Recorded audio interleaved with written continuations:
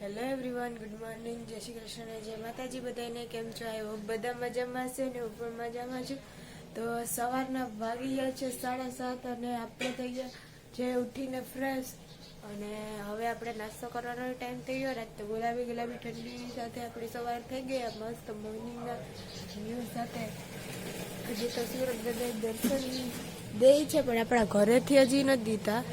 મસ્ત સવાર થઈ ગઈ છે જો ચકલીઓના કલબડાટ સાથે. ચાલો હવે નાસ્તો કરી લઈએ, જોઈએ નાસ્તામાં શું છે. અત્યારમાં તો છાશે થવા માંડી ને મમ્મી પપ્પા નાસ્તો કરવા બી ગયા. પપ્પા તો અત્યારમાં વાડીએ જઈને આવી ગયા, કેમ કે વાડીએ ઢોરને આવે તો અત્યારમાં જવું પડે. જો હવે તો કે આવ્યા નથી ને તો ગયા હતા. તો ચાલો એને પૂછીએ કે કેવી ઠંડી છે. જો નાસ્તો કરવા બેસી ગયા. આજ તો હળવો ને ભારે બે નાસ્તો. હળવામાં ખજૂર મમરા છે અને ભારેમાં ખજૂર છે. પપ્પા તમે વાડીએ જઈને એવા તો કેવી ઠંડી છે? તો બહુ ઠંડી છે, ઘર કરતા તો વધારે જ હશે ને. હવે ફરીથી આપણે વાડીએ જવાનું છે, કેમ કે એને ઘઉંનું વાવેતર કરવાનું છે. જો આપણે બીજી વાડીમાં હતું ને તો વાવેતર કરવાનું છે એટલે જવાનું છે ઘઉં ને ખાતર ને એવું લઈને.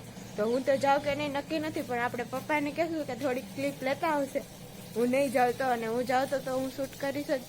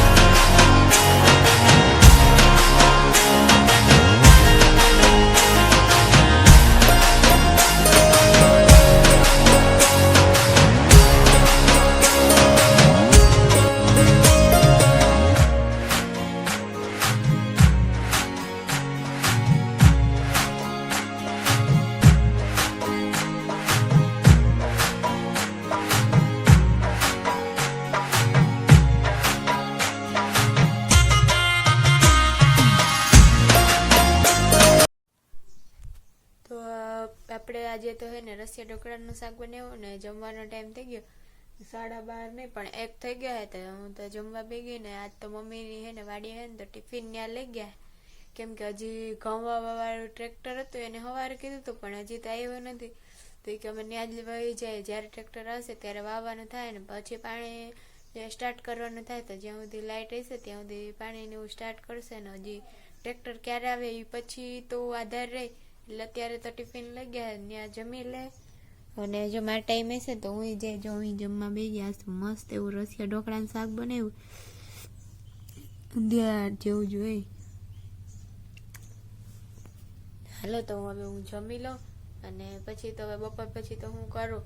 ને મમ્મીને કીધું તો ખરા થોડુંક શું લેતા આવજો વાડીનું. આપણે વાડીનું ગયા નથી તો આપણે વ્લોગમાં એડ કરતા થાય તો હવે એ શૂટ લેતા આવશે ને તો આપણે એડ કરશું.